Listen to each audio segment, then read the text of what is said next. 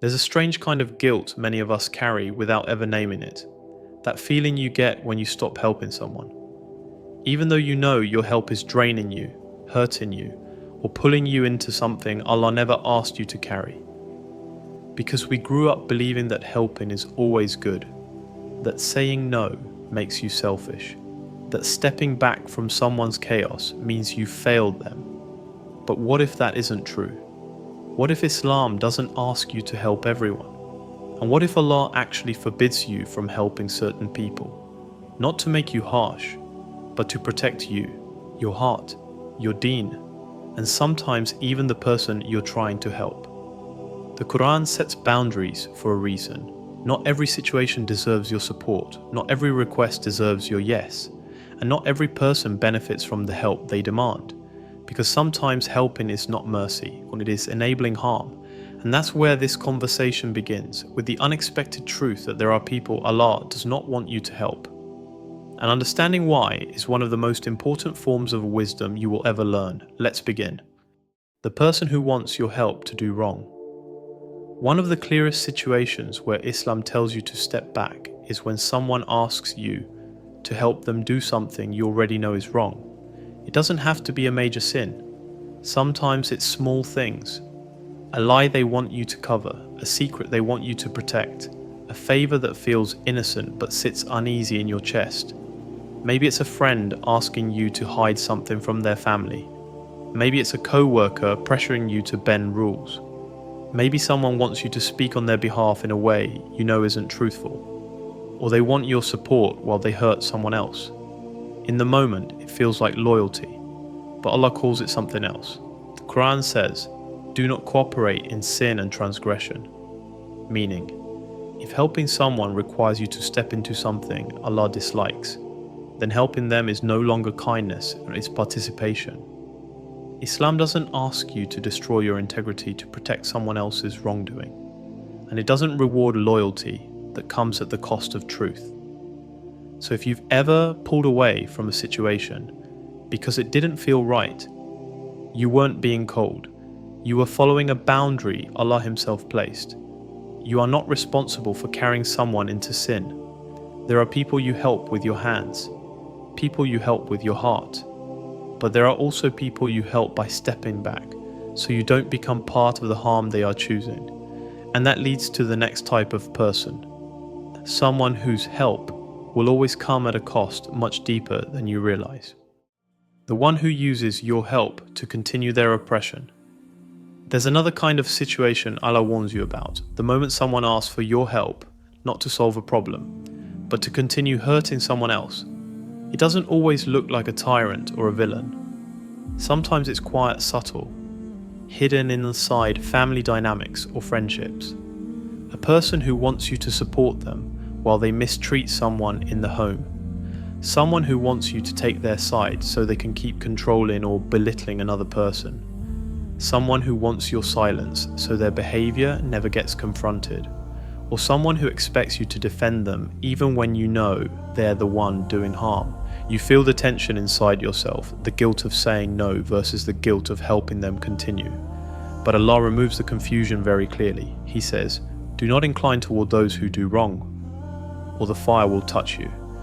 Meaning, when you support someone's oppression, even quietly, even indirectly, you are no longer just a witness. You become part of the weight of what they're doing. And Allah never asks you to carry that. Sometimes the most powerful thing you can do is refuse to contribute, refuse to validate, refuse to be the tool someone uses to make their wrongdoing easier. And this doesn't make you cruel, it makes you just. Because helping someone continue their oppression doesn't save them. It sinks them deeper into it, and it pulls you down with them. There are moments in life when stepping back is not abandonment, it's obedience. It's choosing Allah over pressure, guilt, or fear. Because helping someone continue their oppression doesn't heal anything. It simply gives them more room to harm. And Allah, in His mercy, doesn't want you involved in that. Not out of coldness, but out of justice. The one who drains you while refusing to change. There's a kind of help that feels noble on the surface, but silently destroys you from the inside. It's when someone comes to you only when they're in crisis, and every time you give them your energy, your time, your comfort, they return to the exact behavior that's ruining their life. They cry to you, swear they'll change, promise this is the last time, beg for one more chance. And you, being who you are, keep showing up. Not because they're changing, but because you can't stand watching someone fall apart. But here's the truth, most people never say out loud. Sometimes your help is the very thing keeping them stuck. Not because you're doing anything wrong, but because they've learned you will always come in to rescue them before the consequences of their choices ever reach them. And Islam doesn't ask you to carry that. The Prophet ﷺ said, "A believer is not stung from the same hole twice," meaning you're not meant to repeat a pattern that keeps harming you just because your heart is soft. It takes strength to realize when your presence is no longer healing someone. It's enabling them. It's allowing them to avoid accountability. It's saving them from a lesson Allah is trying to teach. Sometimes stepping back is the only way a person wakes up. And stepping back doesn't mean you stop caring. It means you stop carrying a burden Allah never placed on your shoulders. The one who pulls you away from your Deen. There are people whose presence slowly changes the way you think about Allah. Not through arguments, not through debates, but through subtle influence. You pray a little later around them. You lower your standards to keep their comfort. You laugh at things you would have avoided alone. And you start excusing behaviors you once knew were harmful. Not because you've stopped caring about Allah, but because being around them makes the wrong feel lighter and the right feel inconvenient. The Prophet ﷺ warned us about exactly this dynamic when he said, "A person is upon the religion of their close friend, so let each of you look at whom he befriends." It's not about judging people, it's about understanding how influence works. The people closest to you shape your thoughts, your habits, your spiritual sensitivity, your level of shame around sin, and your desire for good. And when someone constantly makes your faith feel optional, or pushes you toward excuses, or normalizes what Allah dislikes, helping them, supporting them, or maintaining closeness slowly becomes a form of harm to your own soul. Sometimes you don't realize the impact until much later. You look back and notice how much lighter your worship used to feel, how much more honest your heart was before that influence entered your routine. So stepping back in this situation isn't cruelty, it's self-preservation. It's protecting the part of you that whispers, "Don't lose who you were trying to become." And when you honor that whisper, Allah strengthens it. The one who belittles your faith or mocks what Allah revealed, there's a different kind of harm people rarely talk about. Not physical, not emotional, but spiritual. It happens when someone casually mocks what Allah made sacred.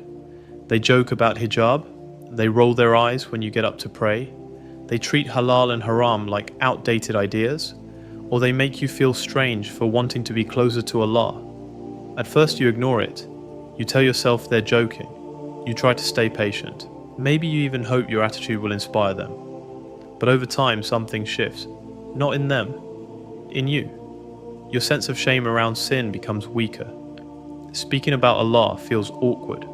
Doing the right thing feels like swimming upstream, and the environment begins shaping your heart more than your intentions do. Allah addresses this exact situation. When you see people mocking or denying Allah's revelations, do not sit with them until they change the topic. It doesn't say to hate them, it doesn't say to cut them off forever, it simply tells you not to stay in a place where faith is being pulled down, because hearts are influenced, even when we think they're stable. But here is the balance you asked for. Islam doesn't command avoidance in every situation. If someone is open, curious, or simply ignorant, your kindness and wisdom may guide them. And guiding someone gently toward truth is one of the most rewarding acts you can offer. Distance is for the moments when being close damages your own Deen. Guidance is for the moments when someone's heart is soft enough to hear you. Knowing the difference is part of spiritual maturity. The one who asks for help in a way that harms others. There's a form of help that people rarely recognize as help. the help that flows through silence, money, convenience, and routine. Sometimes you're not handing someone a weapon, you're just handing them support, a purchase, a click, a habit you never questioned. You hear people say, "My boycott doesn't change anything. One person stopping won't make a difference." But here's the truth we forget: harm is almost never created by one person. It's created by millions of small actions that combine into something powerful. And stopping harm works the exact same way. Your decision alone won't stop a bomb, but your decision is part of a much bigger pattern, and when enough people make that same decision, money shifts, pressure builds, and companies feel the weight. But more importantly, Allah sees your intention. He sees that you refuse to let your money, your choices, or your habits strengthen the hands of those who oppress innocent people. The Quran tells us plainly, do not cooperate in sin and transgression. This applies whether the sin is happening in your living room or thousands of miles away. And yes, it feels small, it feels insignificant, it feels like nothing changes. But every movement that shifted history started with individual hearts deciding, I will not be part of this. Your boycott is not about fame, not about power, not about results you can measure with your eyes. It's about refusing to support harm, even in the smallest ways. And that refusal is a form of worship because it's an act of conscience. Sometimes helping someone means giving, but sometimes helping the world means withholding. Withholding your money, your support, your silence, your participation. And those small moments of integrity are never wasted with Allah, the one who refuses change and spreads harm because of it. There's a difference between someone who struggles with sin and someone who protects it.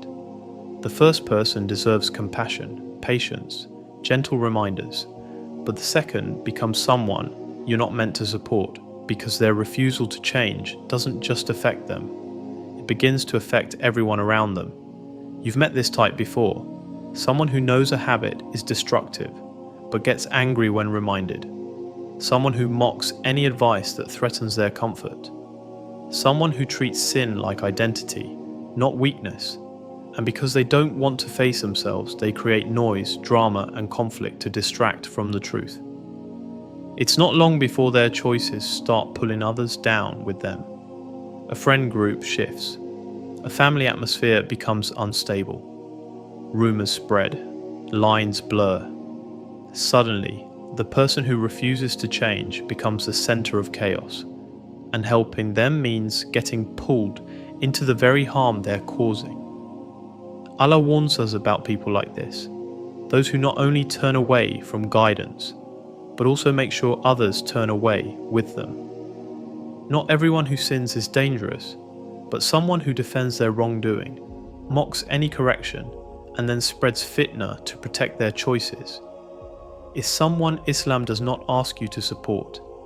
You're not required to fuel their chaos. You're not responsible for shielding their ego. And you're not meant to stand beside someone who uses your loyalty to deepen the harm they cause. Guidance remains open for anyone willing to take a step toward it. But when someone fights every door Allah opens for them, all while dragging others into their storm, stepping back becomes wisdom, not cruelty. There's something important to understand here. When Allah tells you not to help in certain situations, it isn't a command to become cold, distant, or hard-hearted. It's a command to stay truthful, to avoid enabling harm, to protect your own faith while still wishing good for others. The Prophet ﷺ faced people who mocked him, hurt him, rejected him, and plotted against him. Yet his heart never closed. He didn't support their wrongdoing, but he never stopped hoping for their guidance. He never responded to harm with harm. He never turned his back on someone simply because they struggled. That is the balance Islam teaches.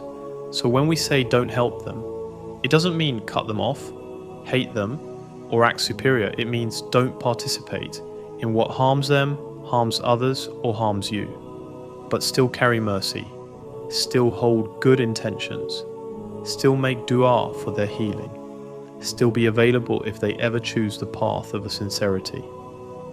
A Muslim has boundaries, but a Muslim also has a heart that never stops rooting for good. So if you've stepped back from someone because their path was pulling you toward harm, that doesn't make you harsh. Just make sure your heart didn't step back from compassion.